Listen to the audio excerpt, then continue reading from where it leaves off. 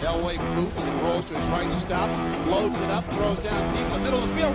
Brad Smith's got it. Here we go. 30, 20, 15, 10, 5.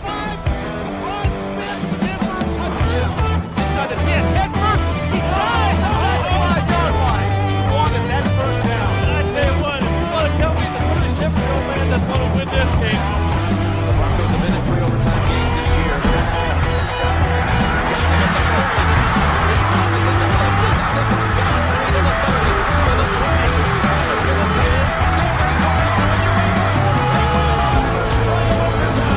And the pocket is good.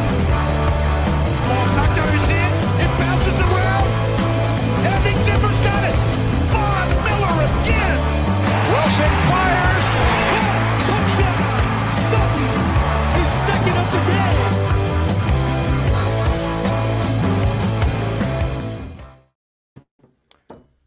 Hello, Denver Broncos fans. Welcome to the Denver Bronco Roundup. Man, I'm excited. I know it's the end of the season. It's usually not a time to really get excited, but look at that score back there. Look at the end of the season, everything we got going on, everything we got to be talking about, man. I'm telling you, it's going to be a fantastic show. So thank you for tuning in every Tuesday, Denver Bronco Roundup. Of course, I am your host, Keith Brugman. Before we get started, I just want to remind you we are brought to you by the Rocky Mountain Sports Network. Check out the Rocky Mountain Sports Network for all your sporting news, rumors, and podcasts. Man, they've been on top of it with everything that's been happening in the NFL as of lately. Probably one of the first places I've seen talking about the Arizona Cardinals and all their moves that they've had going on. So I'm telling you, it doesn't matter if it's Denver sports or beyond, check them out, Rocky Mountain Sports Network. Like I said, we have a full panel to jump on board. Once again, we have our OG crew as well as a special guest. So I'll start off with Mr. Jody Moncrief, drop in Mr. Albert Knoppers, and our special guest, trying for the second time, better internet connection, Mr. Eddie Keating. How are we doing, gentlemen? How are you doing? Great. Doing good. Just been digging my way out of snow all weekend. Dang. We got a little skiff is all, man, and a nice little warm day, lots of sunshine. It was fantastic. Hey, I just figured we start off this way. What do you want to say to Broncos country, Eddie? Denver Broncos country? Denver Broncos fans? Let's oh, no. Oh, man, bad start to the show. Eddie, no. Come on, man. I have faith in Russ. Let's just put it that way. That game last week, being there, watching that, I have faith in Russ. Faith in Russ. Albert, what do you have to say to Broncos country out there, man? Russ did not need any fixing. It was the scheme that needed a big update, and we saw that Sunday. Nice, man. Not just like we trust in Russ a little bit from Eddie, but hey, it was a scheme fit. Jody, we're all talking about this just this game in general, but anything to say to Broncos country? No, I'll just piggyback off of that. Russ is definitely not washed, and all the haters can hop on board whenever. Yeah, exactly. Yeah, on and off. It seemed like we had a lot of fans that didn't know exactly where they sat with Broncos country. It's time to get back on board if you thought you were wavering in the past. Got a lot of people jumping in. I got one that I know for sure because he jumped in. Got a lot of Facebook users. So there is a little link at the top that says, hey, StreamYard wants to use your name. If you don't want to do that, do like Kenny did here. He says, evenings, fellas. Kenny, not sure if it was my name, is popping up. And I got a hey, guys. Man, I like this. Smash that like button and share, guys. I appreciate it. Facebook user jumping in there. That wasn't even me. So that's fantastic, you know. No, I'm just kidding. I've never done that. Evenings Broncos country. Of course, we got Michelle coming in, saving evening gents. Denver Broncos for life. We broke 30. Sweet way to go. And yes, like I said, I wanted to get the celebration hat. I wanted to find a party hat. I wanted to find some confetti. Time didn't allow it. Had to try to get ready for the show and all the other responsibilities of life. So appreciate you all coming in here. Eddie, you already got a Facebook. Maybe not like her. Nope. New Year's, guys. Let's ride. I don't know. Maybe he's making fun of you. That's maybe that way I took it. Gosh, we got a lot of people coming in. Clayton is coming in. He says, Clayton, guys, new member. So thanks a lot for joining in, Clayton, and evening lads as well. So appreciate everyone jumping in. Man, like I said, we got a big show coming up. I appreciate you guys being here. Being that this is a wrap-up, this is a kind of a year in review, I wanted a little bit different format. Let us all kind of get to our most important thoughts on the, out and on the table. Recap this wild year that's had plenty of headlines and look forward to that all off season. As Albert was making fun of me pregame show, he says we're going to do this all in an hour. Well, that's our hope. We might go a little bit over, but try to always keep it in that hour format. So, Albert, maybe you should keep us on track, buddy. Get the whip out. Keep us in line. No, I'm just kidding. Go ahead, buddy. I'm the worst one of all. We can all get a little long-winded at times and push us into overtime. I've been known to do it myself. Plus, we're going to have all these comments and questions, some of which I've already been getting to. So let's not waste no more time, guys. Format of the show is going to be past, present, and future. Let's hit the present. First and foremost, this week's game. Like I said, we'll spend maybe 10, 15 minutes here. I want to be a big, good host. We got a brand new person on the panel, trying for the second time. So, Eddie, what's the first thing that you want to talk about this game? Hey, and I understand you may have had a little bit better eyes on it than a lot of us did. Oh, man, it was great. First Broncos home game for me. It's been a dream of mine since I've been a kid, and I finally got to go. But with all that said, I can tell you right now, this team this year, as bad as it's been, it was not Russ. Watching that game in person, seeing Russ do vintage Russell Wilson things, it was the scheme and the O-line has been the problem all year. And it was exciting. It was fun to watch. I mean, people that were friendly, they were nice, high-fiving each other, everything. But Jerry Rosburg, man, I hope at some level or capacity they keep that guy around if he wants to stay. Because especially if we hire Harbaugh, I know they're good friends. I hope he stays. But this shows you what a competent coaching staff or a head coach can do with Russell Wilson. And Nathaniel Hackett was not it. All right, man. Eddie, I'm gonna bring it around the board. Jody, since it's that way on my screen, what do you have to say about Eddie's thought? Hey, it was just scheme. It was not anything else other than that scheme. And with the scheme being changed, with this coaching being changed, we would have seen a whole different Denver Broncos team this year. Oh, I 100% agree.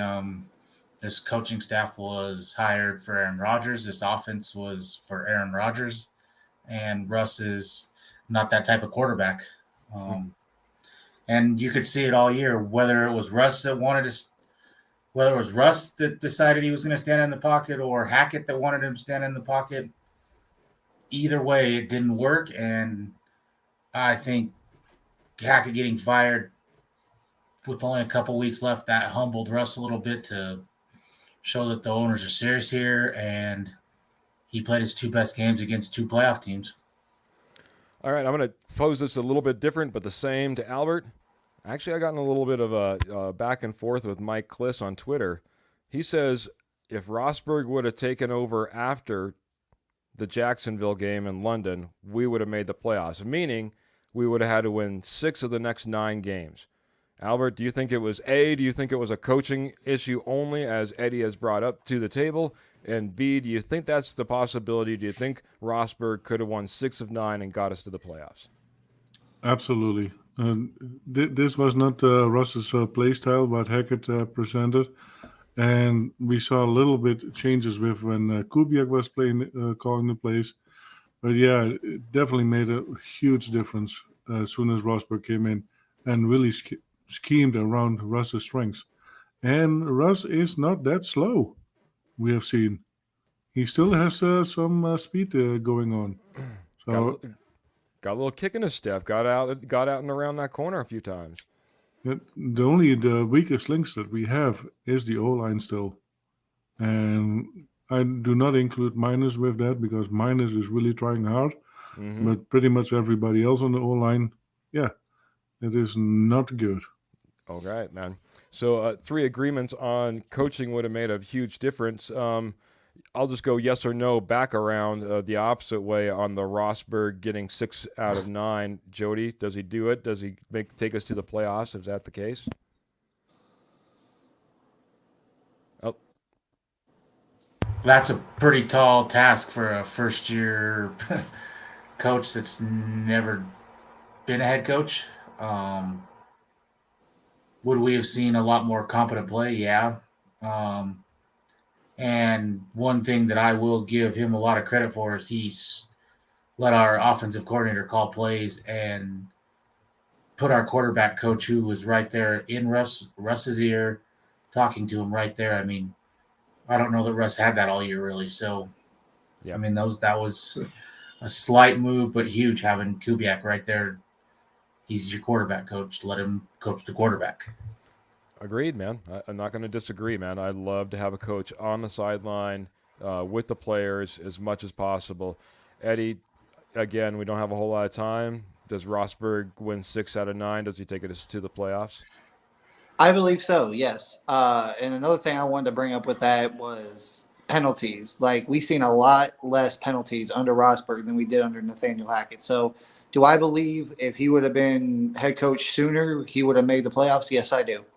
Man, all good points. Maybe you guys should hang out with Mike Kliss on Twitter a little bit more. At least Albert and Eddie, Jody, me and you can hang out a little bit more. Just a little bit of love again to Eddie, Facebook user coming in, telling me, nope, it ain't sarcastic, man. Let's ride. He's ready to go, man. So I have Sis coming in over from the K&K team, over from K&K Sports. They also have their Wits and Wagers as well. But evening, Sis, fantastic show. If you ever want to go check out, they do all sports. So if you're looking baseball, basketball, all of that, it's things that we're not going to be covering over here. Obviously, Wits and Wagers speaks for itself. It's all about how you might be able to wager and maybe make some safe bets with some smart gentlemen over on Wits and Wagers on the K&K Sports channel. So, all right, I want to just look at my agenda really quick because I forgot my my lineup. Jody, this will be fantastic. It lined out perfectly on my screen. So, Jody, it's up to you next, man. In the present, this game, what are you taking away from this game? What was meaningful? What needs to be heard to all of Denver Broncos country? The big one, Russ is not washed. We've seen it now for 2 games against 2 playoff teams that he can put numbers up. He can run. He still is one of the best deep ball throwers. And if you expected Russ to be a Drew Brees, sit back in the pocket, receiver A, B, C, check down, that was never his game. He was always a get him out of the pocket, kind of backyard football, and he still can make plays like that. So, and I like the depth that we have at running back. I don't think Javonte Williams is going to be ready for the start of next season, and I can roll with bringing back Latavius Murray and Chase Edmonds till he is ready. I like it, man. Russ, maybe Russ is, I was thinking about it as you said that, maybe Russ is looking more like Drew Brees from San Diego Chargers. If you remember back that far, man, that was a little bit different Drew Brees. Got a little bit more outside the pocket. We relied a lot more on his legs and his feet. Was a different Drew Brees. But maybe I'm just going back a little bit further than you. I don't know how many Drew Brees San Diego Charger games you watched there, Jody. I'm going to go to Albert next on this. What do you think? Russ isn't washed, and we can rely on the running back core that we have already. Maybe not even have to go into the draft. Are you in agreement with Jody? Anything else you want to add to that? First, I want to do the Ric Flair. Woo! Wow. Dang, man. I think you might have just taken out a couple of our eardrums, at least mine, man. A couple speakers on some laptops. But go ahead, buddy. Because it was a breakout game for Jerry Jeudy as well. 154 yards. Let's not forget that one. Hey, buddy, hey, you're stepping all over a completely different topic. I need you to go stick on Russ. Okay, I need you to stick on these running backs. I appreciate your woo, but we'll maybe get around to Jerry, okay? I'm sticking to Russ then because he was able to connect with Judy and I like that transition. Go ahead. see, and it was an amazing game, and what Buddy did, Buddy or the new kid, Beatty? yeah, his first touch and a touchdown. So I think we are really good on the running backs with the trio that we have. Javonte, I hope they really keep Murray because he still has a lot of tread on his tires. So let's keep them as it is. We do not have to go to the draft. Yeah, good point. Once again, we've seen a good distribution from Russ, I guess you could say, when you're talking about Beatty getting his touchdown. You got Tomlinson once again getting a touchdown. Obviously, you have Jerry Jeudy having his breakout performance of over 154 yards. So there was pretty good distribution. Cortland Sutton with a touchdown. So I mean, there was a ton of distribution all the way across the board, as well as what he was able to do with his feet. And yeah, Murray and Javonte should be a great pairing. But I'll take it over to Eddie. Go all the way around the horn. What's your thoughts? Where are we at? What are your thoughts on Russ? He's obviously still not a bust. I think that you already talked about that, but also that running back group that we have. Are they retainable? Is that who we go with moving forward? Do we need to go someplace else? Well, like you guys said, Russ is not washed, and I said it. He's not. And this last game especially proves what can happen when Russ has a run game and a coach that, does that, runs the ball. I think Murray this past game had 103 yards rushing on the ground. So whenever you put that with Russ, you give him a good run game, and then you get him outside the pocket, let him use his legs. You see what happens whenever the scheme fits him. And honestly, with like what Jody said, Javonte's probably not going to be back by the start of the year next year. I'm fine with bringing back Latavius Murray and possibly even Chase Edmonds. Only for the fact that, you don't know how many weeks into the season it's going to take for Javonte to get back. So have those two as your 1-2 punch. Then when Javonte comes back, then you got all three of those backs. We've seen what Edmonds can do with this team, even with a bad offensive line, just like Murray.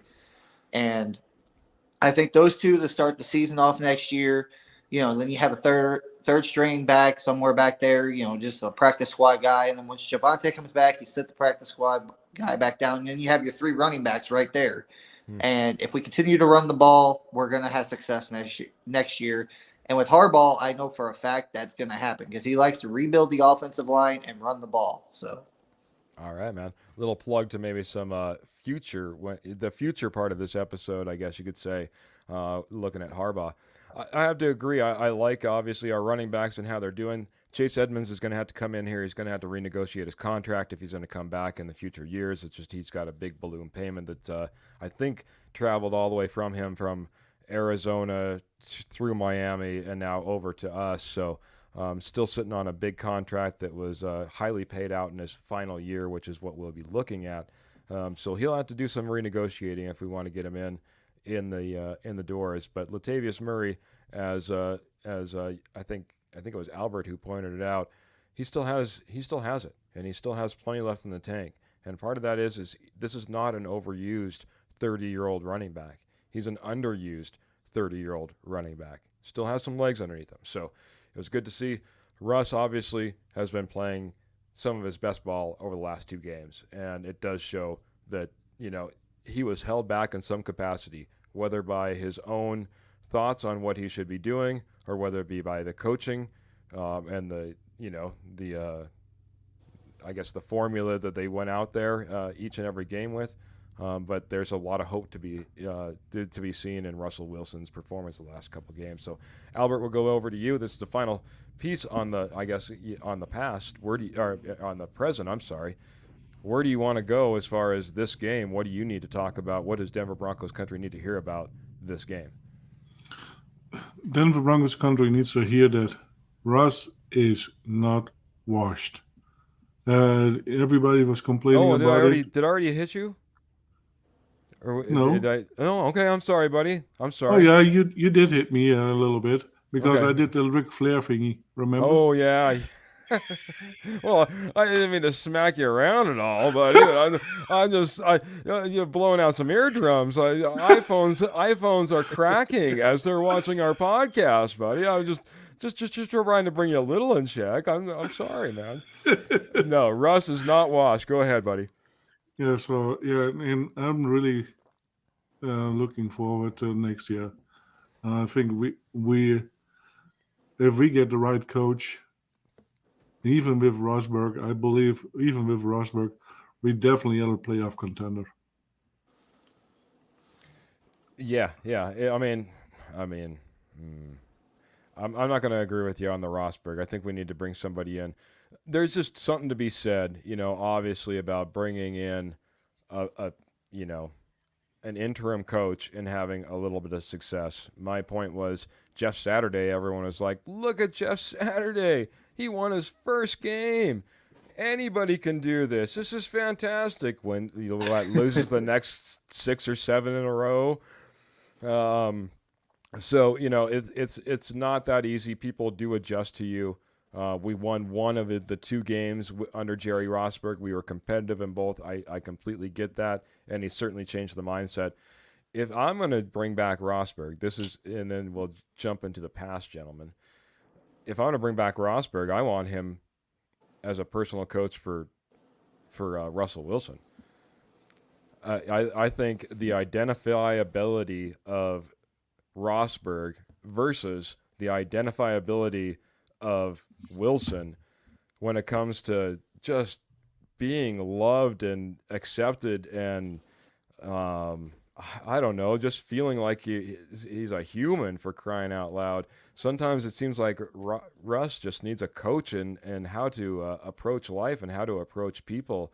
And I think if he identified with the media like Rosberg identifies with the media, oh my gosh, what a difference it would be going out there and seeing Russell Wilson come out there and answer questions post game or pre-practice or whatever capacity he is out there. And that's how I'd like to see Rosberg come back as a personal coach for Russell Wilson. Probably not going to happen, but that's just my personal hope. So, all right, gentlemen, I do want to jump in, and I wanted to go into the past here in just a little bit, but I first need to talk about Willow Seasonings and Blends. Willow Seasonings and Blends is a barbecue seasonings and spices company, as well as sauces. They are fantastic. They're in my cabinet. I use them about on every single meal I possibly can. I've went over my popcorn idea just the other day, but sweet heat, sweet smoke, their sauces, like their sweet thing, and their 1859 Fiesta Lime, Memphis style dry rub, and of course their high elevation SPG, my absolute favorite. They are number one, guys, and when I say number one, I am not lying, because they took first place in the Kansas City Barbecue Challenge last year. Man, I'm telling you, head over to willowseasonings.com. If you're a barbecue fanatic, you'll be loving it. So again, guys, we're going to go 15, 20 minutes if we can. We're staying pretty well on track. I appreciate you guys kind of adhering to the format. Love everyone's thoughts and ideas that are coming through through Facebook mainly, but all your thoughts and comments as well. But right now, we're going to jump into the past. Like I said, from last year's off-season moves and acquisitions to training camp, preseason, and the rest of the regular season games. There's a lot that we can be looking at from the past. Albert, I'm going to have you go first. Albert, looking back on this last year for the Denver Broncos, what's one thing that just stands out that we need to talk about from this past year? What's your thoughts, man? Yeah, the acquisitions of the Band-Aids that were Band-Aids. Billy Turner. Okay. And those guys. Compton. Yeah, Compton. You name them. The 1-year deals. I think those were Band-Aids who were still Band-Aids. And I don't think we should ever go that route again because it is not a solution. We have seen how bad our O-line was, and we need to change that. And that will go to the future. I'm not going to talk about it right now, but we need to change the O-line because that is how many sacks did Wilson have this year? 56, 57? Yeah, it was. I didn't pull up the stats, I'll be honest, but that number would not surprise me, Albert. So that needs to change. And that is the only way. If the O-line is not good enough, your your quarterback, your running back are getting hurt. And we need to avoid that. All right, Albert's bringing to the table this last year just the acquisitions, especially when it came or patching up, especially when it comes to this offensive line. I'm just going to continue. I'm going to go over to Eddie next. Eddie, what's your thoughts on these past acquisitions? We had Tom Compton. We had, what was the other name you brought up, Albert? Billy Turner. Billy Turner, I would even say, possibly even when to look at like a Melvin Gordon and stuff like that as well as maybe a patch as well. The patches, especially along this offensive line, seems like they've been going on forever. But what are your thoughts on the end of the patches, the end of the Band-Aids? Actually, I got a lot more positions. You got Kareem Jackson. I wish I would have gave that spot to Caden Stearns, honestly. Granted, he got hurt, but still, I would rather him been the starter at the start of the year. Billy Turner, like he said, even I know they were trying to see what they had in Lloyd Cushenberry, but they really desperately needed to upgrade this offensive line throughout. Even with backups, they should have, done more. Melvin Gordon, I didn't want him back personally. I didn't after last year with all the fumbles. And then another big one, Randy Gregory. We paid him all that money, and he's been hurt the majority of the year. I think he missed, the last 2 games? He played, I think, like 3 or 4 games total this year, and we're paying him all that money. Like, just bad pickups, and it seems like this Broncos team loves to go after injury-riddled players. And I wish they would have, done more. Like, I understand, they have all these young guys in the backfield for pass rusher, like Browning, Cooper, Benito, but I had a feeling I think George already knew in the offseason he was probably going to trade Bradley Chubb during the season to try to get some picks back. So he should have done more with the pass rushing group and the offensive line, personally, in my opinion. All right, man. Well said, man. Didn't really think of Randy Gregory as a patch, just mainly because the deal he got, not that 1-year fix like a Compton or a Turner was. But Jody, I'll jump it over to you. The acquisitions, and especially when it comes to the offensive line, maybe the Band-Aids that we've been putting in place one right after another. What are your thoughts on that? Is it something that that we're going to have to? I'll ask it this way: is it something we'll have to continue to do, especially with the salary cap that we have and all the positions in need that we will? Will we have Band-Aids still? How many Band-Aids can we get rid of? No, because you can watch other teams with top quarterbacks on big contracts, Kansas City, Green Bay, and they have competent, decent O-lines. So, but yeah, this O-line has been trash all year. This starts with Hackett. Bring your Billy Turner, for example. He fails physical in Green Bay. That's why they don't re-sign him, and then you bring him here. He literally doesn't even play for the first 6-8 weeks. Yeah, you dress him. You dress him knowing he's not even going to play, taking up a 45 game day spot. Yeah. Tom Compton, what he played, the couple series, the whole season. Yeah. Stuff like bad. No. There was just we have Russ and all the people, and I'll put myself in this category. Russ is going to instantly make you a contender. It wasn't there. You've got to have pieces around Russ. Russ is not a Tom Brady carry you on your back like that. He's got to have pieces. Yeah. I'm surprised you went Tom Brady. The first thing I thought of was a Peyton Manning, a guy that can sit out there and like literally just pick apart a defense and sit there and audible and get him into the perfect spot, even just to get 3 yards on a pass play. That's what it takes if you're going to have an offensive line that's just going to decimate you if you hold on to the ball too long. If you have to go through, like you said, 2 or 3 reads, that's really difficult. 6-7 years of this. It's got to get addressed. Of this offensive line constantly being churned and churned and churned with no-name players and maybe a first round or a second round pick here and there. We need some solidity. We need to invest in this. I will say, when you bring up someone like Mahomes and how they're able to pay him and still have an elite, offense, they also maybe don't have Patrick Surtain and Justin Simmons.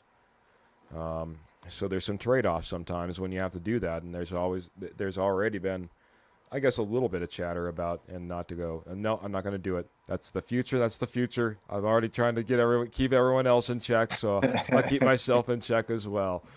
All right, Albert, start us off on the past. Jody, I'm going to bring it up to you. Story from this past, whether it be from anywhere from the off season till the game against the Chiefs, man. What does Broncos country need to hear about this past year? That was a storyline or something that needs to change. Bring it to me, buddy. What do you got? No, I'll take the low-hanging fruit, I guess. Hackett. We hired a coach that was well in over his head. He is a player's coach. Doesn't hold anybody accountable. You can dump on him all day, and I'm not going to do that. The right decision was made. They got rid of him. And when I heard on the radio that you had high ups a month after he was hired saying he's in over his head and this is going to turn out bad. That's that's not a good sign a month into your.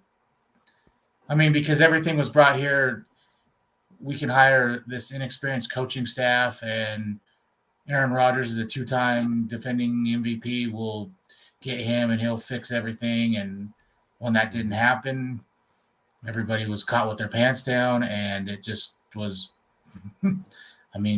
Turned out bad. I've never been never been an OC. What do I do? I've never been a head coach. What do I do? Who do I lean on? It was bad all the way around.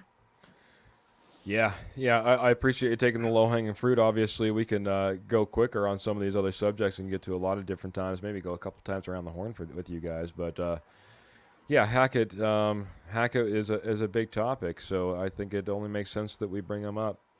Eddie, your 2 cents on Hackett, and then we'll jump it over to Albert on it. Well, my biggest red flag with him this past year was not playing the guys in preseason. That did kind of worry me a little bit. And then the last straw for me with Hackett was whenever they benched Melvin Gordon for fumbling the ball. And then it was literally, Melvin Gordon literally cried on the sideline, and Hackett was like, "Oh, here, come here, buddy. You can go back in the game and be the starter next week." I was officially done with him at that point. Yeah, it didn't show a whole lot of strength in that locker room in regards to, like you said, convictions on maybe what you wanted to see on the field. If you're going to be swayed that easily, to putting Melvin Gordon on the field, points to some bad coaching and just some bad leadership overall. I do want to just say I do see Kenny. He has a question for us all. Kenny, hang in there. It goes right into our future part of the Broncos. So I will get to you, but first I'm going to get to Albert. His thoughts on Hackett in this season. I think one of Hackett's other mistakes was not bringing Albert O in. Sitting Albert O for 14, 15 games, and not playing him maybe one snap or 2 snaps. But I think there was a big mistake as well. And who knows? Dulcis might not have ended up on IR in the last moment because Dulcis was playing a lot because of it. Overall, Hackett, I don't feel sorry for Hackett. He's getting paid no matter what. He is now fired. So I'm not losing one tear for him. I'm not worried about his family. They're well off. So I have to applaud him for that being a smart move and getting paid no matter what. Yeah. I'll be the first one to say that I was a Hackett lover. I really wanted things to work out. I tried to hang in there with him as long as possible. I think Albert and Jody fell off way before. Albert's a great guy. Jody, I think Jody was out almost from the get. I'll put it that way.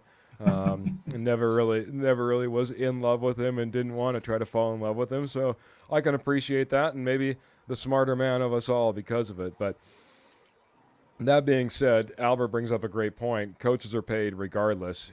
We shouldn't feel too sad. LaFleur has already came out and said he would be willing to bring back Nathaniel Hackett to Green Bay. So he might be collecting a double paycheck at that point. Might be able to rebuild himself. Might have got some learning experiences within this, experience of being a head coach here as the Denver Broncos. And you never know. 5 years from now, 6 years from now, I could see Nathaniel Hackett being a candidate, for head coach. And who knows what's going on in Green Bay? Might be elevated sooner than you think. That all being said, we're on to greener pastures. And I'm just going to point at the board, I guess. And I see Jody right there. Jody, I'll hit you again. We got time. What's another, since you took wait, I forgot about Eddie. Eddie, this last season, man. What's one storyline, one thing the Broncos country needs to hear? Well, we already went over the Russ is not washed thing, but Yep. I would say pretty much coaching makes all the difference. That is one thing I'm going to repeat until I'm blue in the face. You get a competent coach, you can see what difference it makes. And the fact that Rosberg came in, a guy that literally came out of retirement to help with time management, got that kind of stuff out of Russ. Please give us Jim Harbaugh this offseason. Jody's making his plea hard. I'm sorry, Jody. Eddie's making his plea hard already, man. I can see where this future is all going to go when it comes to Eddie, and the head coaching, obviously vacancy that we have here in Broncos country. I'm going to jump in here with just one before I jump back, and like I said, I'll go to Jody next. Or maybe I'll leave it. Jody took the low-hanging fruit, so we have a little bit of time. Jody, something from this past year that Broncos country needs to hear. Something, a storyline, a player that was signed, anything. What do you got from this last year that stands out that we should be talking about, man?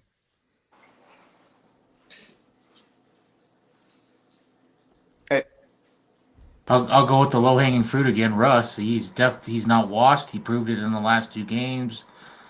And this team needs some serious coaching that will hold people accountable. This giving Russ the keys to the kingdom, per reports, didn't work. I think it humbled Russ a lot. And I think you're going to see Russ work hard this offseason, and you're going to see a very motivated guy next year to prove all the doubters and haters wrong. So I think that's the big one. Yeah, I'm gonna put that in a little headline, maybe the tale of 2 Russes. There was a lot of people that were jumping ship. A lot of people that really had no faith in Russell Wilson, and he really changed that in the last 2 games for, I think, a lot of the population. Albert, the tale of 2 Russes, you saw him struggle. Did you have doubts? Is there reason to still have doubt? And is 2 games a large enough sample size to say Russ is quote-unquote fixed? What are your thoughts on this, especially this season when it comes to Russell Wilson and I guess the storyline that was the highs and lows? I'll just point this out too, since we're talking just about Russell Wilson. Everyone was in love with this trade when it happened. You had Colin Cowherd saying the Broncos are going to the Super Bowl because Russell Wilson is here. It wasn't just, the big Broncos lovers and fanatics. It just wasn't Albert. It wasn't just Keith. It was national media saying, with Broncos country, with Russ, Broncos have a legitimate shot at the Super Bowl. They should be in the playoffs. This is a fantastic team.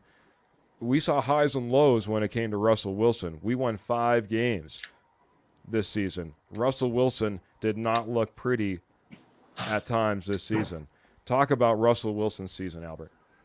Yeah, Russell. I don't. There are some things that are to blame on Russell Wilson, but if you are putting him in a scheme that doesn't work for him, if you put me in a really small car, I'm 6'5", it doesn't work for me. Put me in a big limousine, yeah, I can drive the thing around easily. But that is what happened with Russell. You put him in a really small, tiny car, and it didn't work out. He needs the space, and you saw that he starts running, and guess what? We are winning games. Yeah. Can I just say I think Hackett actually opened up the door for him to get in the back of the limousine? No, I'm just kidding. I don't know if he was driving it. I think he was in the back. Anyway, continue, Albert. But it just didn't work. And finally with Rosberg, and I think they put all the gates open for the new scheme, and it worked. Yeah, the O-line is still garbage because if you only have 1 second, sometimes to even look around it before you get hit, that is not on Russell. I don't blame that on Russell. But yeah, did he hold on to the ball sometimes too long? Absolutely. All right, man. Well said, Albert. But I'll throw it over to Eddie. Get final thoughts on this. Russ, the arc that he took, he's taken us to the Super Bowl. He's nothing but garbage. He's washed. He's trashed. He's too old. He's overweight. Russell Wilson's now fixed after 2 games with Rosberg. Just talk about Russell Wilson this year, what you see in him, and maybe, not too much, but, maybe, is there hope for the future as well? I never really thought he was broken. I just watch it. Just Nathaniel Hackett wasn't in over his head, and he was just trying to fit a square peg into a round hole with Russell Wilson all year, and it did not work. And going back to what one of you guys said earlier about Albert O, he didn't know how to use any guys right. It seemed like he didn't want to use the run game. He was trying to turn Russell Wilson into Aaron Rodgers, a pocket passer, or one of these older quarterbacks, and that is not what Russ does. So I don't believe he was broke. Yes, he had his problems, but if he would have had the right scheme from the get-go, I don't think these problems would have been as bad as they were. I agree, man. I think, we have one person that's maybe not on the same Russ bus, I guess you could say. He's wondering if maybe Russ is a Fiat, a Mini Cooper, a Ford Focus. So, still got some people out there that he hasn't won over. And that was kind of a little bit my point, man. It's a small sample size. He's looked good in a couple of games. He was in a scheme that no one knew how to adjust to because Rosberg was this brand new interim head coach. I don't think he would have won the 6 out of 9 in order to get us to the playoffs. There's something to be said about, just all of a sudden getting a curveball. No different than all of a sudden when you have a third down back, or you have a backup quarterback that's completely different than the starting quarterback, and all of a sudden, he lights it up for a week or two. There is still some questions, but I'll tell you what, he proved a lot more to me than what I thought was there. I thought Russ needed a lot more fine-tuning. I thought he needed a master mechanic this off season to come back in and really look the part. Maybe he doesn't have to go to the master mechanic. Maybe he can talk to his local guy who knows a thing or two and get it tweaked and get it into place, because I do like what I've seen over the last couple of weeks. So, well, and those little cars might be meant for me. If I sit on the rear bench of a Fiat, I still can drive it. Albert's just ripping out the front seat, man. He's like, I got this. No worries. That brings my good friend Jeremy. We were delivery partners for years and years, and at times, because we worked at the same place, I would go ahead and he'd pick up me. I'd pick up him from time to time in order to go to work, right? We were on the exact same schedule. We were delivering together, right? So I remember at one point I showed up, I had my dad let me borrow his car. It was a 1986 Fiero GT. And a little two-door car, and he looks at it. He's like, how am I going to fit in here, dude? This is insane, dude. I'm going to be squished in this thing. And then he got in and he said it was the most room he ever had. The engine's in the rear.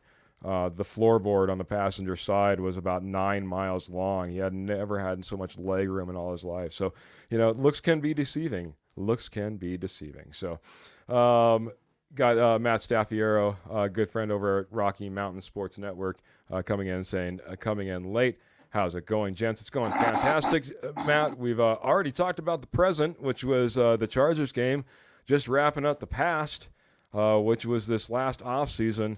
Lots we could have got to. One point that I was going to get to, I was going to leave it out there for everyone, just in case they picked it up.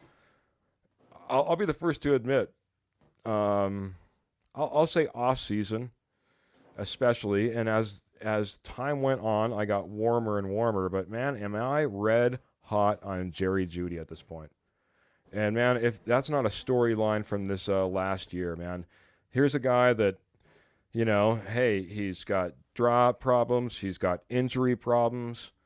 He had some off-season trouble before training camp even started. Are we even gonna have him, for training camp? What's going on with, all the everything that was going on? There was a lot of questions when it came to Jerry Jeudy. Jerry Jeudy went off in his final game, over 150 yards. I started talking about it even just a few weeks ago. He was the only one on the field that seemed committed, and was out there actually giving his all on every single play. Like I said, hey, when your ankles are tied up and you're jumping forward in order to get those 2 yards rather than just falling down. That's telling me something, especially from a smaller wide receiver. Jerry Jeudy is legit. Jerry Jeudy should be our number one. Jerry Jeudy looked fantastic in this last game, and I'm not more excited about a player more than in this next year. Not to be looking towards the future, but man, what he proved over this season was something fantastic to see. So. Matt Staffiero doesn't like Jody, Albert, or myself, but he likes Eddie Keating. It's nice to see him. So, no. Thanks, Matt. Let's see. I got one more. And since it's topical, I just had to make sure. Ken is saying he's very jealous that his Giants didn't pull the trigger on Jerry Jeudy and get him at the deadline, the trade deadline. There was a lot of speculation. Hey, should Jerry Jeudy go and be traded, and should we get draft picks? Obviously, we're looking into the future. We're a little bit shy when it comes to draft picks, and Jerry Jeudy was one of those pieces that was dangled out there, at least by name, by the media. So yeah, I'm 100% glad, and maybe. I didn't think Jerry Jeudy was going to go, but at the time that he was out there as a possible trade piece, I wasn't completely abject to the idea. So now we come full circle. I wouldn't want to give him up for anything. I think at this point he's a jewel. So anybody else want to jump on my Jerry Jeudy? I know I went on my rant. Looks like Albert got his hand up. Albert, go ahead.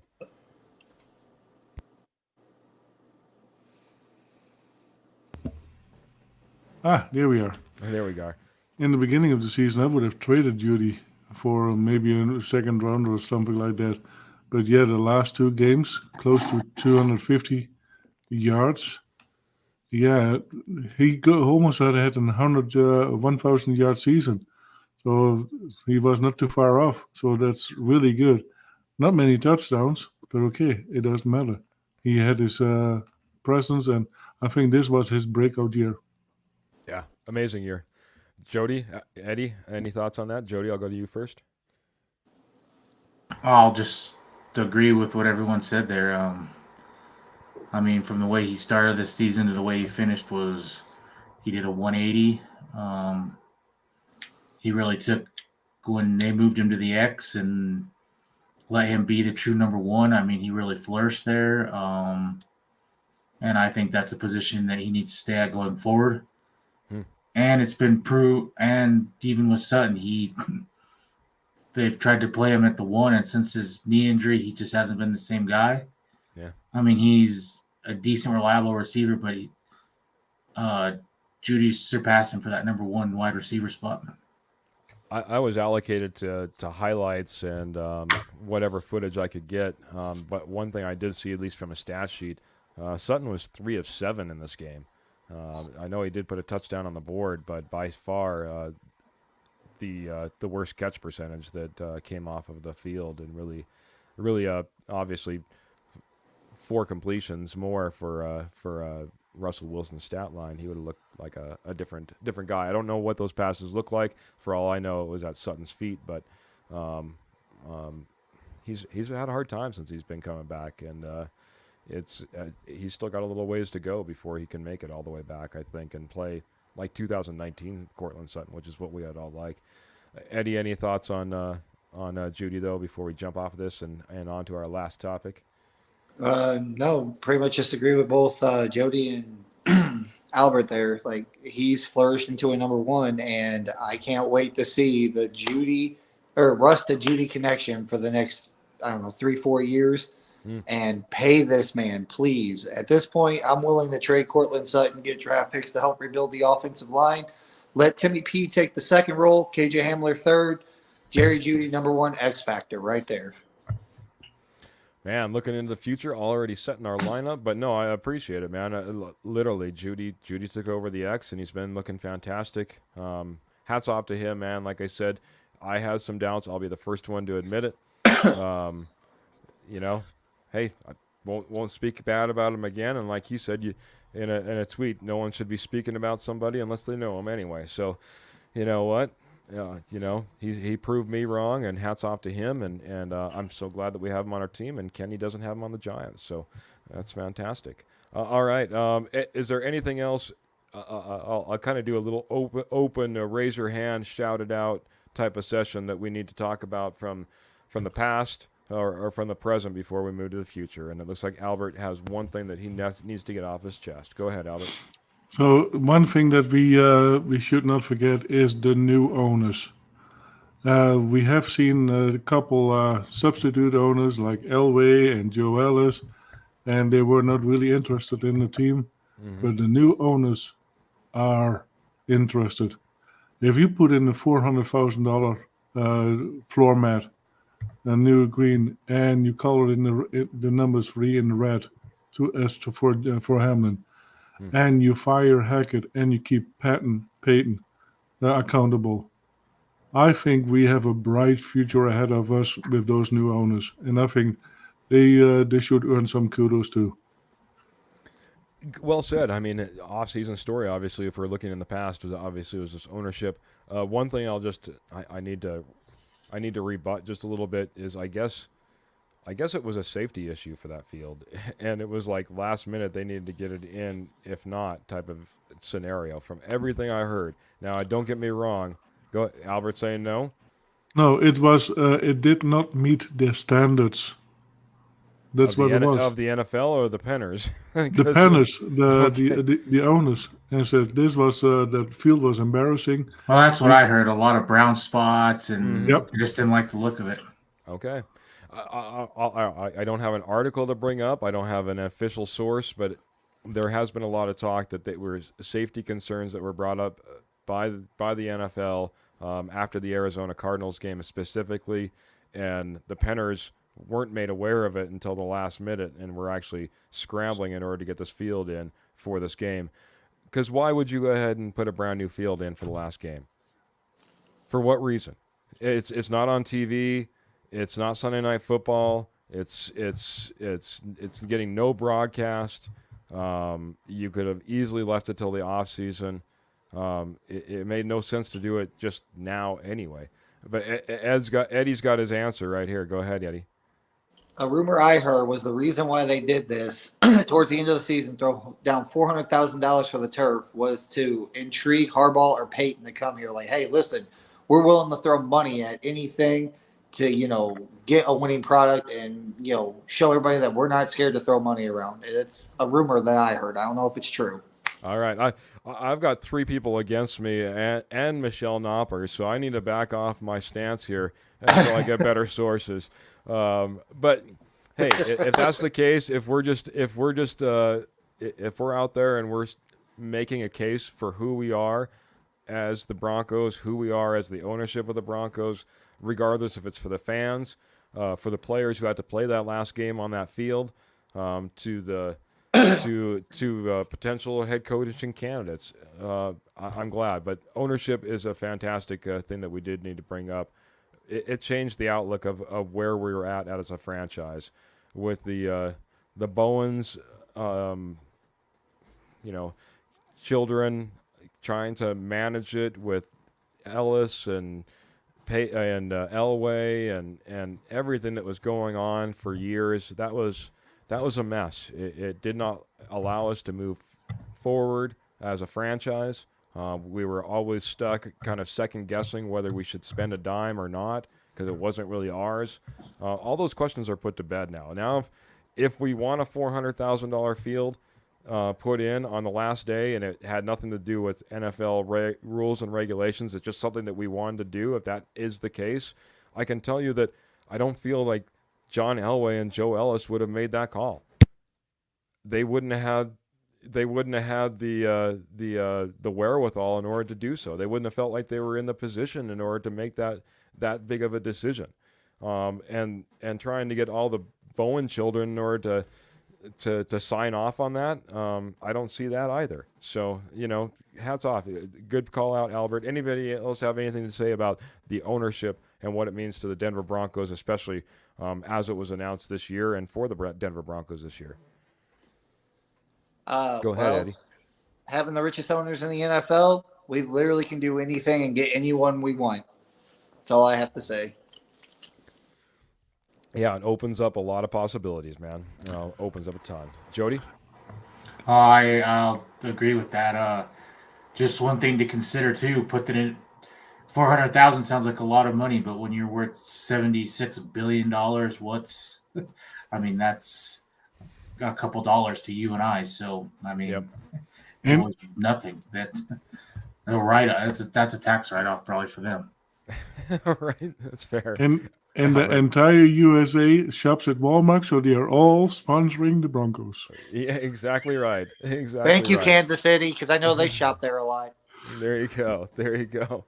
All right, gentlemen. We're gonna get out of the past. We're gonna jump into the future.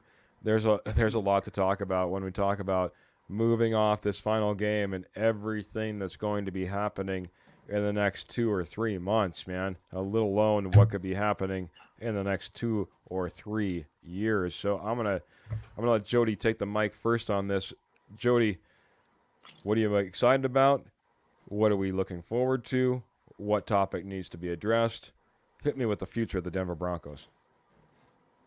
I'm excited to see who our new head coach is, and what coaching staff he puts together. I'm really excited about that. I think this ownership group is going to swing for the fences to get the guy they want. And places that need addressed is this O-line. That's where I start. O-line. That's really where it's at for me. Maybe another playmaker, but really this O-line needs addressed, and it needs addressed in a serious way. I can see 4 new starters next year. Fair enough. I'm going to keep you on the screen because I think the first topic you brought up is too big a one that we can't just go ahead and piggyback it on with the O-line and maybe a position player. Let's go back to the head coach, man. What are your thoughts? Who do you want? Versus maybe who do you think is actually going to be in the door? Is it the same person? Jody, I'm going to let you go there first, and we're going to go ahead and go around the horn after that. Of the 6 guys they have lined up for interviews, I'm really high on Harbaugh. I hope that's who they get. He's turned it around in everywhere that he's been, from San Diego State to Stanford to San Francisco to Michigan. If they strike out on him, Dan Quinn is probably my second guy. He's led a team to the Super Bowl, been to 3. Been to 2 as a DC, so a total of 3. He has a rapport with Wilson. I'm not as high on Peyton only because of what you're going to have to give up. You've got to give up assets to acquire him, and you need those picks. Let's be honest. What is Peyton? He had a Hall of Fame quarterback and won 1 Super Bowl all those years. I'm not saying he's not a good head coach, and if they get him, I think he will turn things around. I just wouldn't give up the assets for him. So Harbaugh's my number 1 guy. Very good. Since it seems like I've been hearing this since I introduced him on the show, I'll go to Mr. Eddie next, man. Yeah. Obviously, Harbaugh is Jody's choice here, but I'll let you talk about the head coaching position and who you want and who do you think is going to come in the door. Well, you know who I want. I want Harbaugh. And honestly, if you had to put a gun to my head right now, I think Harbaugh and Peyton are the leading candidates with Dan Quinn at 3rd. And the reason why I say Harbaugh is because he matches there was something Colin Cowherd said earlier today that really stuck with me, that he would match with this team. He would fix the O-line. He would, have a run first offense to, help Russ, and that's perfect. Peyton, I'd say yes to secondly, because yes, I understand we have to give up draft compensation, but like I said, if they do that, the Panthers, if they strike out on Harbaugh, I think Peyton's their next guy, and they're going to do whatever they can to get him at that point. If that means trading away draft picks, they're going to do it. And like I said earlier, if they do that, then they're going to wind up probably trading a Sutton, maybe a Darby, some of these other players that get some draft picks. I'm not saying they're going to get a first, but at least some draft compensation to where maybe they can move around, maybe they can trade, maybe trade a Sutton, maybe get an offensive lineman or whatever they need. And Dan Quinn would be my 3rd. But if I had to, like I said, put a gun to my head, it's Harbaugh or Peyton. And if those 2 strike out, if they don't get those, then it's most likely going to be Quinn. Very good. Albert, big decisions, man. We've been turning the head coach over, it seems like, time and time again. A lot of first-time head coaches. But what are your thoughts? Obviously, it got a lot of Harbaugh talk here. Do you have thoughts on where we'd like to go? Yeah, I. What about both brothers Harbaugh? How would that bring be? them both in? Bring them both in. Yeah. So and then Wade Phillips as our DC, because I think that Evero will be leaving because Houston's are very attracted to Evero. So and I really wish Evero really good success as a head coach because he deserves it. But yeah, wouldn't that be something if we get both Harbaughs? Yeah. And then Wade Phillips again. Oh, that would be. And then Rosberg as our special teams. I think we have a winning combination there. Albert's dream team. He's like playing video games over here. Put the Madden controller down. See, there is a thing. Yeah, we can hope, right? Yes, we well, can. I'll be honest. We can do more than hope, Albert, because literally we can pay whatever we want for coaches, and it doesn't affect a salary cap. We could bring in whoever we want. We could pair 2 guys together if we wanted to, 2 high-paid guys, to former head coaches if we wanted to. I mean, literally, the sky is the limit. That's I guess if nothing else coming out of your thought process and your thought of bringing the Harbaughs together in Denver, it brings about the idea that there is no limit to what the Penners could pay in order to bring in the right guy. If we're going to stay on the head coaching thing, and a few people talked about Sean Payton, obviously for Eddie, it was his number 2 guy. He's been a guy that's obviously been rumored out there. But a point was brought up on 104.3 The Fan, I think it was today, maybe yesterday. If we're trading for Sean Payton, and as Jody brought up, it's going to cost us some draft picks, maybe some draft picks we don't necessarily have. Why are we limiting ourselves to Sean Payton? We can trade for any head coach in the league. So I'm going to go back around. I and think say, it's had enough. Wait, Jody, if you could trade for any head coach in the league, because we have Sean Payton under contract or anybody else, Who are you going with, buddy? Why and should we just live? Does that make sense? Why are we limiting ourselves to Sean Payton when we could trade for anybody? Any ideas or thoughts around that? No. I mean, it makes sense. I just I'm not really sure what head coaches out there that you want to trade for. I mean, Okay, the I'll give you a easy name. answer. Do you want me to give you a name? Sure. Mike Tomlin.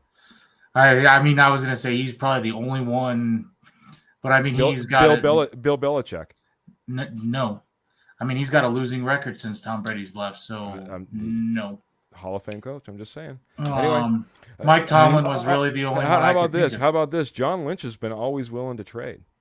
We could go to Kyle Shanahan and say we completely messed up a few years ago. But see, I'm trying to be realistic. I don't even.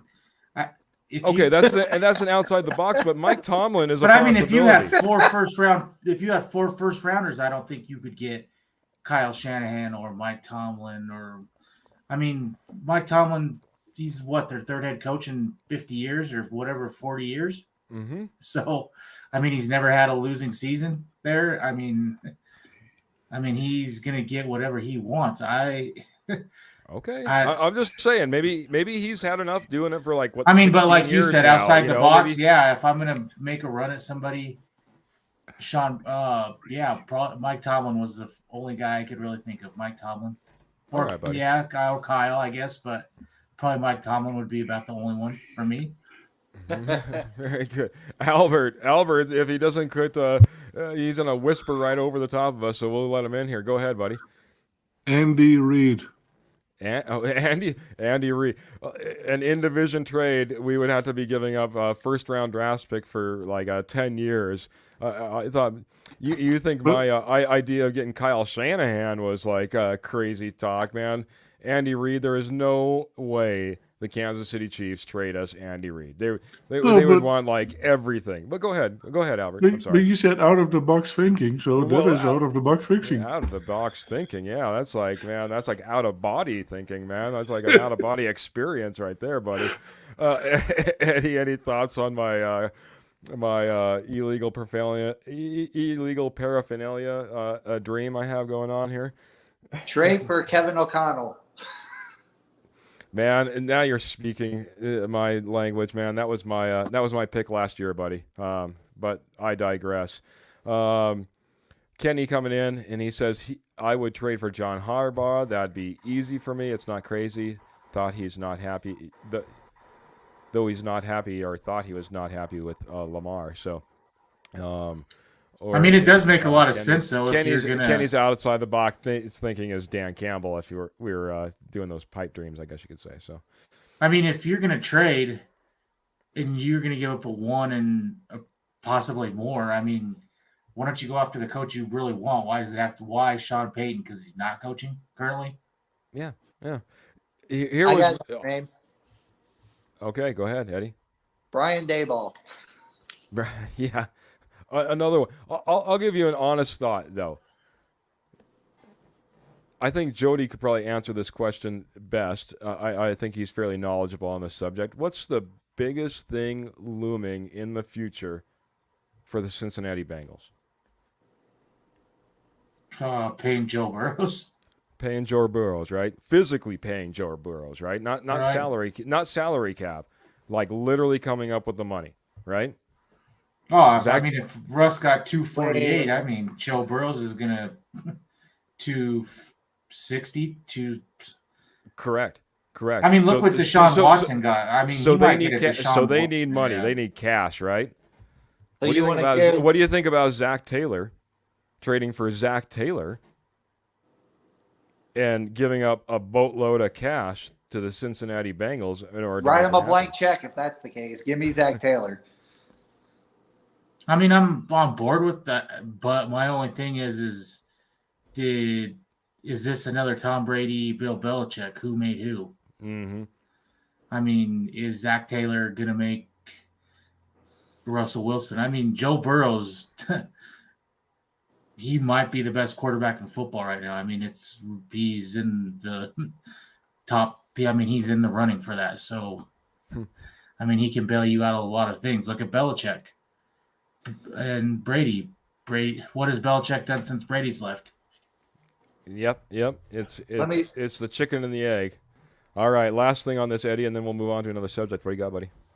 The reason why I said Kevin O'Connell, look what he did with Kirk Cousins in Minnesota, and they don't have that great of a defense this year. Imagine what he could do with Russell Wilson and this defense and these weapons. Yeah, and he was a part of that Rams offense before that, man. Before he went over there. I mean, there's a lot to be said, man. Kevin O'Connell, like I said, Kevin O'Connell was my pick. So, again, we only hit head coaching, and I got way off track. I forget where we're at. I guess we're over at Eddie next because we went to Jody first. Eddie, what's one thing that we need to know about, think about when it comes to the future, other than head coach for the Denver Broncos? Well, my two biggest things on the roster, of course, offensive line. You have to get Garrett Bowles and Miners. You can set those guys for me. You can put those guys, pencil them in for starters in 2023. But you still need a left guard, a center, and a right tackle. We can't cheap out. We got to go after that. And the second hole in the well, not really a hole, but a second thing I would kind of look into and address this offseason would be off-ball linebacker. I like Jewell, I like Singleton, but we need a young guy that can, I'd say hold down Kelsey and Darren Waller. Maybe not stop them completely.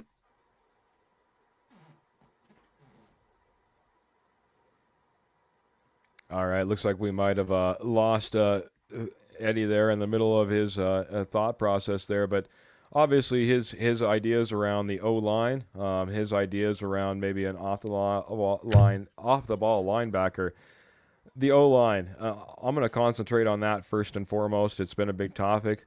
How do we fix it? Where do we go? Jody, Albert, I'm going to actually give you this one first. We tried to fix it through free agency a little bit last year, bringing in guys that were Band-Aids, as you brought it up. It's really tough to obviously bring in draft choices and have them start right away, especially when you don't have a whole lot at the top of your because of picks you gave away and trades that happen. So how are we going to fix this offensive line, as Eddie brought up? And I'm going to add Eddie back in the stream here. Looks like he's all set to go. So. We definitely need to invest in a right tackle, and we need to do it. We have to team a double up. We have to find one in the free agent and in the draft so that we can build on the future. I think there are pretty decent left guards able to pick up, but again, to the draft, doubling up because we have to get depth in there and build for the future. And not what we did with the previous year. And I mean, let's pay a right tackle, even if he is a top 20, 5-6 million a year, or a left guard. We just need to make sure we pay the right tackle. We tried Correct. to pay for a right tackle before he came over from Miami. It didn't really, correct. Didn't really work out so well. So. Good choices in picking up that right tackle, but I think that's a great way to put it. I'll bring it over to Jody. Doubling up, man. Is that the way to fix these O-line woes? Are we having to kind of go all out? Is free agency and the draft all centered around this offensive line? For me, it is. It's their biggest need, and I'll piggyback off of Albert. Right tackle, I mean, we haven't had a competent right tackle since probably, Orlando Franklin in 2013, 2012, whenever that was. Mm-hmm. Really? To be honest, we've thrown money at injury-prone guys like Juwan James, Billy Turner, Menelik Watson, Valdir. I mean, the list goes on. You got to find a right tackle, and you got to find – I mean, it's got to be a priority. Yeah, I would 100% agree. I appreciate you bringing up Valdir. I remember that was a name I actually had some high hopes for. I thought he was going to come back from off that injury, return to form, and be formidable for us.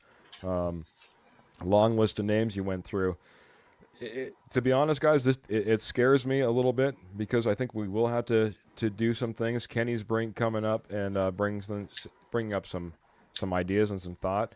Hope your other wide receivers can stay healthy. Patrick and Hamler and Judy. Trade Sutton.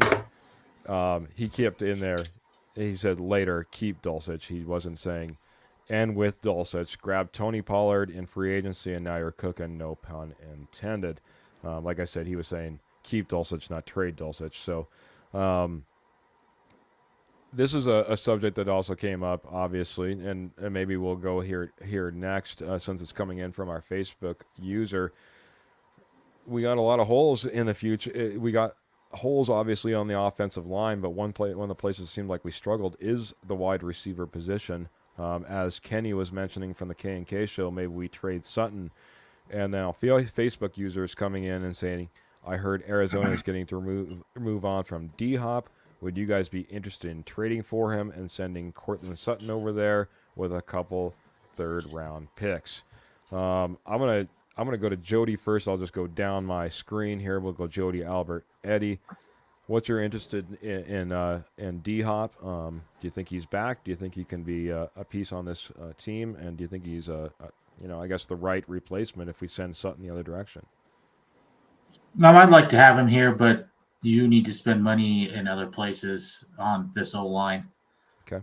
You can pick up a playmaker in the draft. If you can get him on the cheap or something, like the Browns did with Amari Cooper for like a 6 or something, sure. But if he's going to garner a high 1 or 2, you need to invest in this O-line. Facebook user is saying that we give up our 2/3 that we have for D-Hop. What are your thoughts on that, Jody? No, because you have minimal draft picks. You need to – we're not one wide receiver away from being where we need to be. Fair enough. So, we need to use those picks on what everyone's saying is O-line. Fair enough. Albert, D-Hop to Denver, what's your thoughts on it? Any interest at all? What would you give up if doesn't sound like you're interested. From the head shaking, it doesn't sound like you're interested in giving up 2/3. No, I'm not interested at all.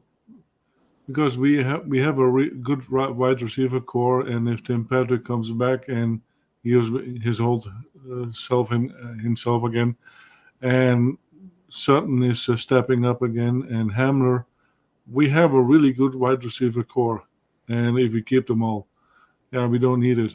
We need, like Jody said, we need to keep the third round picks.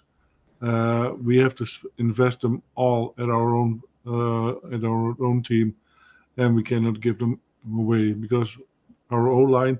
What about safety? Kareem Jackson. If Kareem Jackson is no longer here, we have Stearns. Stearns has an injury problem. We need to find something fitting there as well. Need to find some backups on defense maybe as well.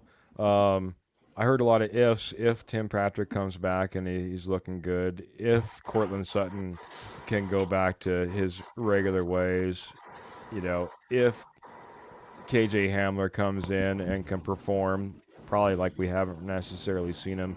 Eddie, D-Hop to Denver, does it make sense, and at what cost? No, it doesn't. If I'm trading any draft picks, any players, it's going to be straight up for offensive linemen. You got Sutton. You're going to have Tim Patrick back next year. KJ will be back, and you got Judy. And who knows, you might see Virgil back next year too. And some of these other guys that we've had, like even Swain, made a great play Saturday or Sunday. So no, if I'm trading any picks, especially the thirds or the first, or any players, it's going to be strictly for right tackle, guard, or center. Very good. And, honestly, I think there's going to be guys that are going to be out there that are going to be on the street, Already, Brandon Cooks is saying that he doesn't want to be part of a rebuild in Houston. So he wants out one way or another. So there's going to be other guys out there. Another guy that is at the end of his contract, like a guy like Paris Campbell. I know these guys aren't the same as DeAndre Hopkins, but there are other names that will already are possibilities, and we haven't even got into wild card weekend yet. Go ahead, Eddie. And there is another name out there right now that's still a free agent that if you desperately wanted another receiver, you'd go sign him, and that's Odell. That's true, man. Big name Odell. It'd be interesting to see how interested he'd be in coming to Denver. Not a name that the Broncos obviously weren't on his list as he was making his little, I guess, tour, trying to get into the playoffs. Obviously, either though. You know, these people that are saying trade draft picks, just look at the position the Rams are in now because they've traded all their picks. They have no draft picks. They're in cap hell basically because of it. And I mean, it's probably one of the reasons Sean McVay is stepping away because they pretty much went all in for a Super Bowl. They got it. And now they're going to have massive rebuild because of it.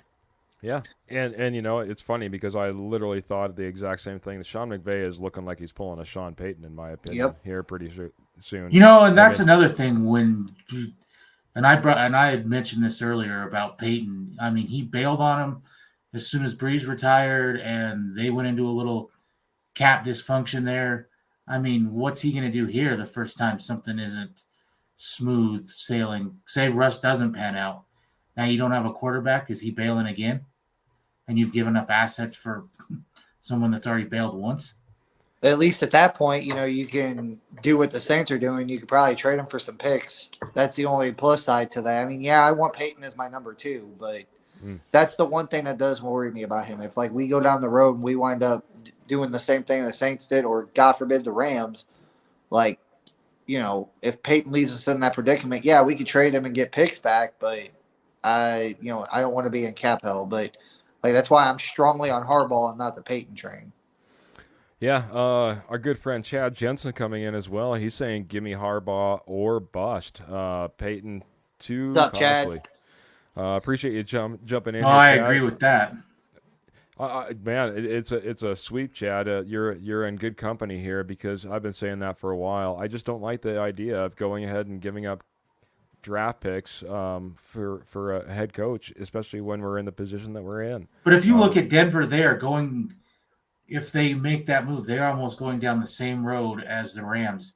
Gave up a bunch of draft picks to get their quarterback. The Rams did the same with Stafford. And we need a new left guard. Let's trade whatever we have left to get him. And then if it doesn't pan out, or look at the Rams, Stafford's elbow, he may never play again. Did they get lucky and get Baker? But I mean, there's nowhere to replenish because they don't have any draft picks. I mean, you are pulling guys off of the street. To me, it's not worth it. I mean, you kind of made your bet on Peyton. I don't see how that's an option. Yeah, Eddie, I'll let you in here for a second, then I'll hit Albert. So I got one thing to say. Yeah, I agree with Jody on that too with the Rams and everything. But here's something I was just thinking about. What if, like, the Rams desperately need draft picks, right? Is there anybody on that team that we could bring over, trade for, offensive lineman wise, you know, maybe help the Rams? Because it does look like Sean McVay is going to, you know, step back. I believe he will. And if the Rams are going to go that route, you know, they're going into a full rebuild. Not saying that's something we should do, but I'm just saying, like, thinking off the top of my head, is there any offensive linemen on there that we could snag from them maybe? Yeah, it's a possibility, but once again, we're snagging offensive linemen for draft picks at that point. Not something that we have a whole lot of, you know, so I'm not sure where we go there. Albert, I'll let you jump in on this as well. I know you had a thought. Yeah, I know we can get some decent offensive linemen through free agency. It is going to happen, but we need to start investing in the future and using the draft picks for the future. And I know we are not in a rebuild mode, but we are in the future mode. And Russell is here for the next 3, 4, 5 years. That's what I see.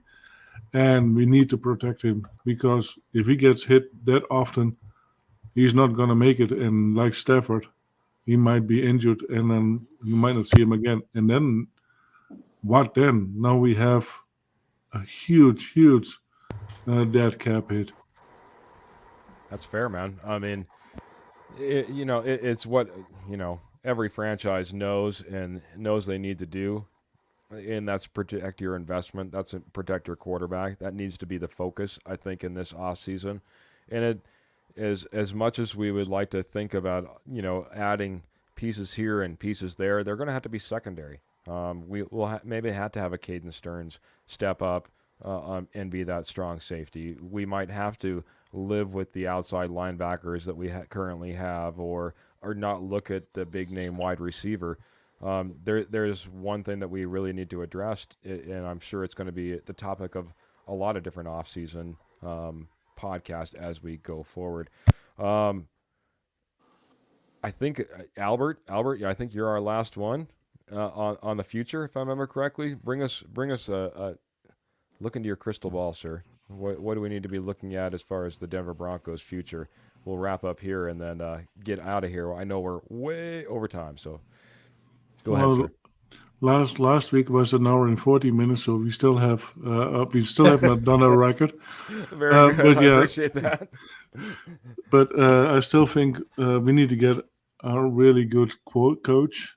We need to protect our quarterback and invest in the O-line.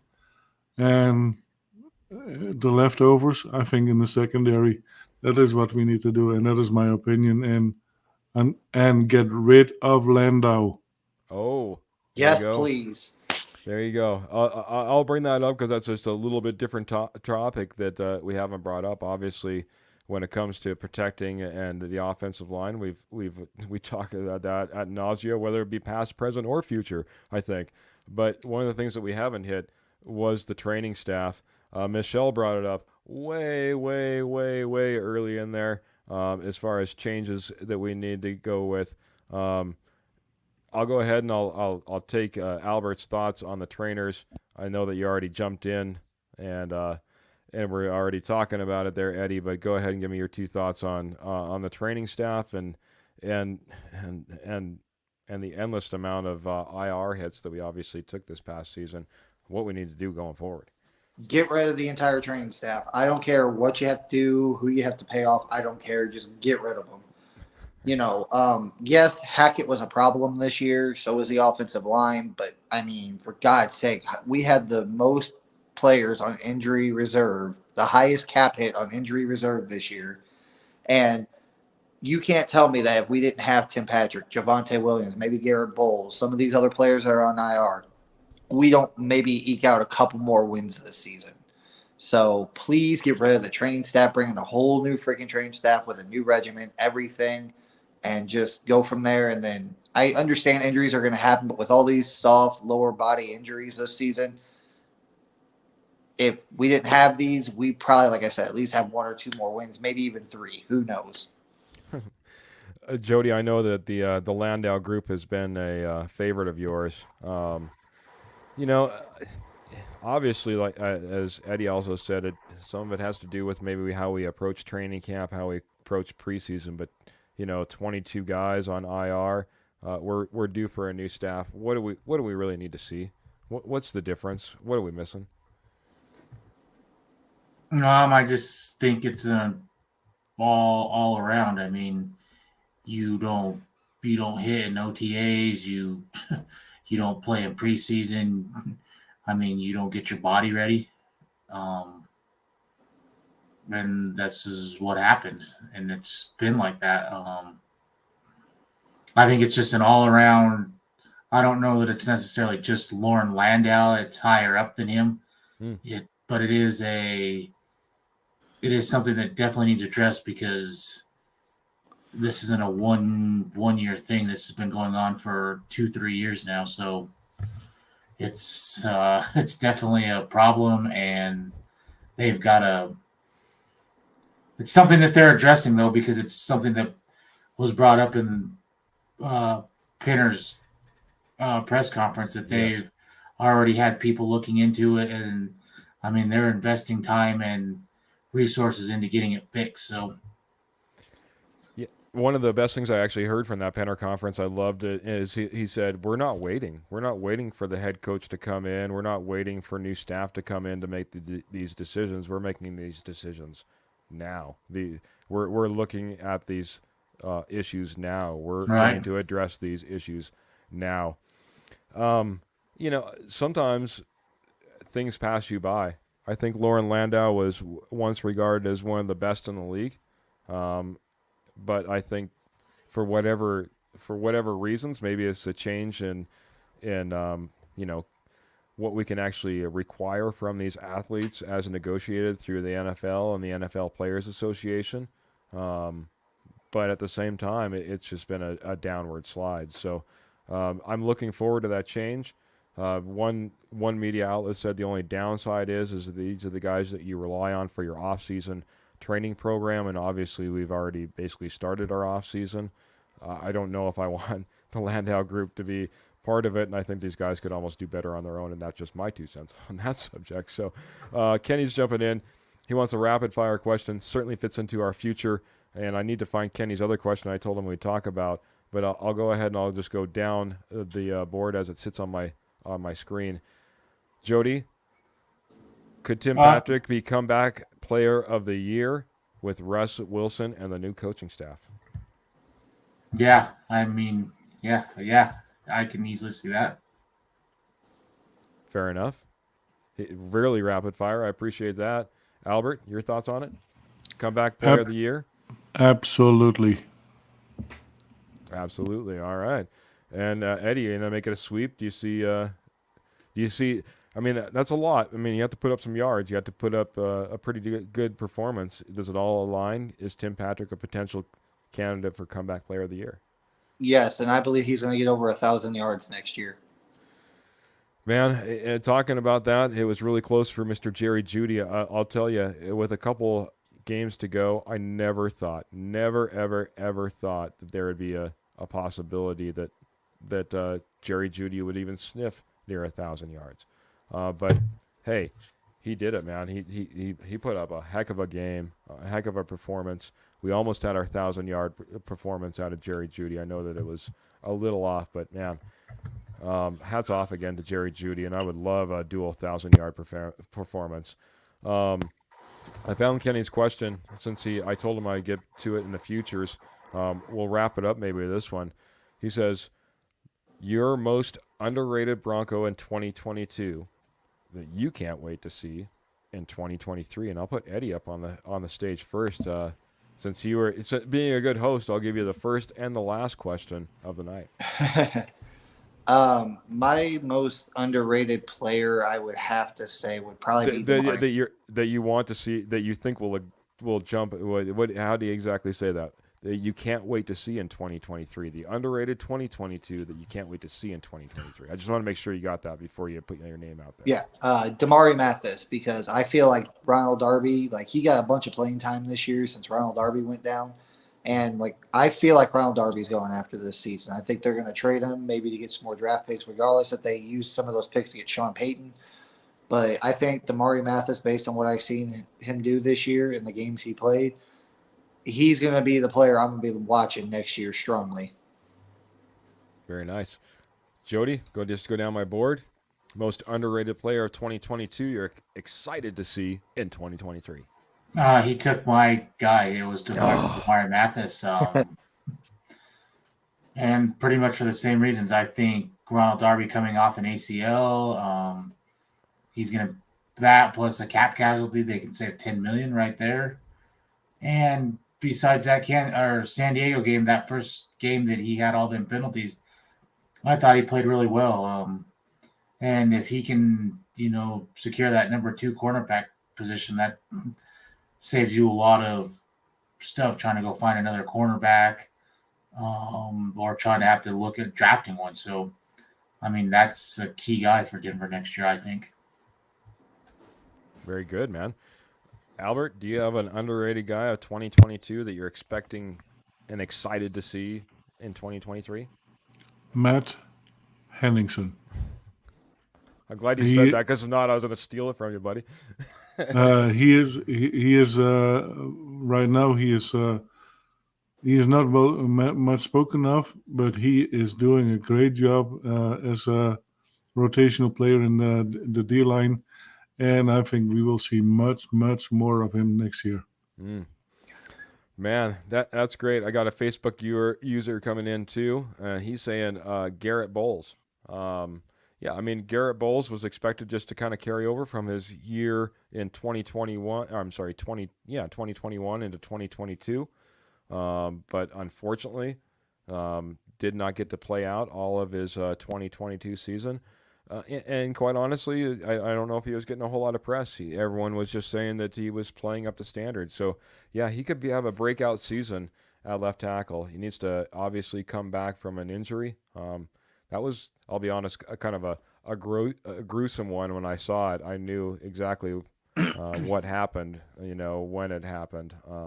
Any time a guy gets caught from behind like that, a big offensive lineman, it's never pretty. So, Kenny, I don't know if Dulcich is underrated, but definitely somebody that we'd like to see big things of in 2023. I'm trying to think of another name because you guys have knocked a lot of them out of the park. If I had to go with one guy that just kind of came to the top of my head, KJ Hamler was the one that I would still like to see jump out in 2023. Obviously struggled with his injury, was trying to come back through training camp. Being there at training camp, you saw the days that he was out on the field, and then he would be gone for 4 days, and then maybe out for another day, and then gone for 4 days. Carried all the way over and through the preseason into regular season, and only really got to see some glimpses of him from time to time. Would have liked to seen him really go off in those last 2 games as Russell Wilson is going off with Jerry Jeudy as well. But Hamler's a guy that, again, we put a little bit of an investment in, and I'd really like to see him pay off, and would be excited to see him I have one. his skill set in 2023. So I have one other guy. I'd like to see Nick Bonito. I mean, he's a second-round draft pick. I'd like to see him bulk up a little bit in the weight room, and I'd like to see him, start putting up some sack numbers. He didn't get a lot of playing time this year, but we need to see more from a second-round draft pick like that. Yeah, agreed, man. He was out there. He was able to, set the edge at times. He was able to get some good rush at times. But overall, if you look at his performance, it wasn't one that you said, man, that guy outperformed his second round pick. He still has some work to go, and could be a guy that absolutely goes off in 2023 if he puts all the pieces together. Good call out, Jody. Eddie, go ahead. I do like the thing you said about KJ. I hope he does have I hope he has a breakout year next year. He's one of my favorite players on this team. But another one that came to mind while Jody was talking was Caden Stearns. I know he was injured this year, but he's probably most likely going to be a starter next year with Kareem Jackson being gone. So I hope he has also a breakout year. Fair enough. I have one other one that I know you will like.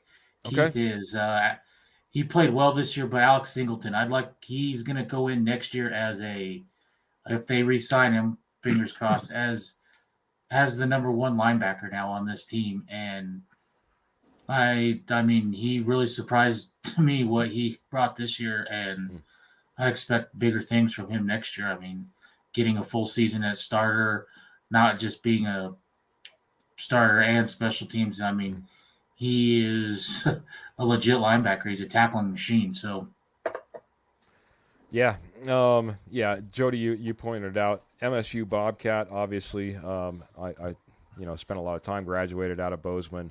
That's where the Bobcats play out of. Bozeman Senior High, I should say.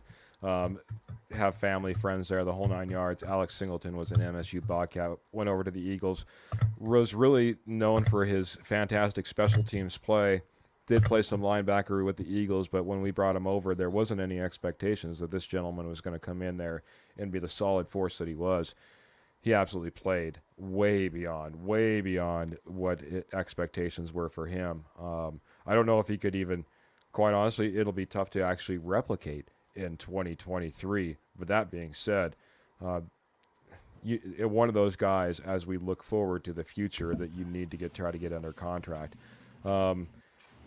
Gentlemen, we're going to have a lot of future shows. We have a lot of things to talk about when it comes to the Denver Broncos, especially when it comes to the future.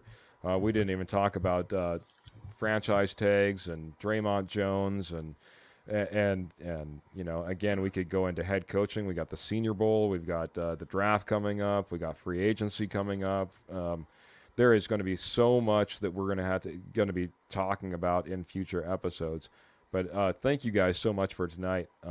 Fantastic show. I think it was a good all around. Just like Albert said, we don't need to stick to an hour. We can go an hour and 40 minutes, or no big deal. So trying to hit it on the mark for you, buddy. But again, look for our next rounds of podcasts in the future. We're here every single Tuesday night. We're going to be like that old lady in a tent at the circus with her crystal ball. And we're going to be I'm just kidding. Or maybe we just get you up to speed on some coaching hires, like I said, free agents, Senior Bowl, draft prospects, things like that. There's going to be a lot to go over. Things are looking up for our Denver Broncos. Again, I wish I had my confetti after this 31-28 win. But, gentlemen, I'll go around the horn. Eddie, any last thoughts to all our Denver Broncos fans and all our Denver Bronco Roundup fans? I'll let you take the floor for getting out of here first. Just, keep going, guys. It's going to be great. This offseason is going to be awesome, and next year is going to be so much better. And, we're going to get the right head coach this time. I strongly believe we're going to get Jim Harbaugh, and he's going to make all the difference in the world. So just wait until next year, guys. It's going to get so much better. I think that Eddie might be paying by Jim Harbaugh and his contingency to talk about him about every 5 minutes. No, I'm just kidding. Eddie, I agree, man. I'm looking forward to what we have. Certainly can't be much worse than last year, and I think the future is bright. Jody, final thoughts before we get out of here. I'm just excited to see who our new head coach will be and what he can do to build off of Russ's last two games. And Russ is definitely not washed, and I mean, people are going to be saying, "Oh, that was a great trade" after next year, in my opinion. So, can't wait. Yeah, well said, man. Well said. Just a couple other comments that were coming in while I still have people here. I did want to get to this one. This was still on our, guys that could break out in 2023.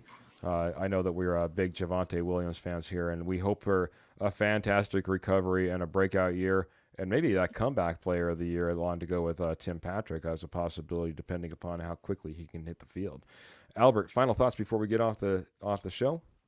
Maybe we should start a GoFundMe and get GoFundMe for all the fans so that Jim Harbaugh can see that all the fans are interested in getting him too. Oh, that would be a GoFundMe for Jim Harbaugh. We want you to, Jim Harbaugh. Man, I'm telling you, the Harbaugh love is here. One thing I will say, in just regards to that, the one thing I'm a little bit concerned about, and maybe not getting a Jim Harbaugh, maybe not even a Sean Payton, was when Russell Wilson was asked post-game directly about Jim Harbaugh and Sean Payton. He talked about Jim Harbaugh, and he talked about Sean Payton and what wonderful coaches and what great things they would bring to the Denver Broncos, and then just decided to say, and Dan Quinn, a guy like Dan Quinn, that's a fantastic guy who has an excellent, and brought up nobody else. So I think when you see some of the odds that are out there, putting Dan Quinn up there and the rumors and the chatter, maybe there's a little smoke where there's fire, and when your quarterback is now it's starting to mess up. And when your quarterback is dropping names, might be something there. But I digress, gentlemen. Looks like we may have lost Eddie. Eddie might be back, but I just wanted to say thank you, gentlemen. Thank you, all our watchers, followers, subscribers, people like Kenny, people like Sis. I know we had some new guys in here as well, so I appreciate that as well. I was trying to see if I could find really quick who I was trying to say. Clayton came in here. Clayton was a new guy that came in. We had people from Wisconsin in the show. So, again, thank you, everyone who's watching, liking, following, subscribing. Love your questions. Love your comments. Make sure to check us out every Tuesday. We're here every Tuesday, 6:30 p.m. We're the Denver Bronco Roundup. We're brought to you by the Rocky Mountain Sports Network. And with that, gentlemen, I think we're going to go ahead. I mean, I don't know if you need any Mile High salutes or anything else. Get them on the screen while you can, because we're going to get out of here, gentlemen. Thank you so much. Good night.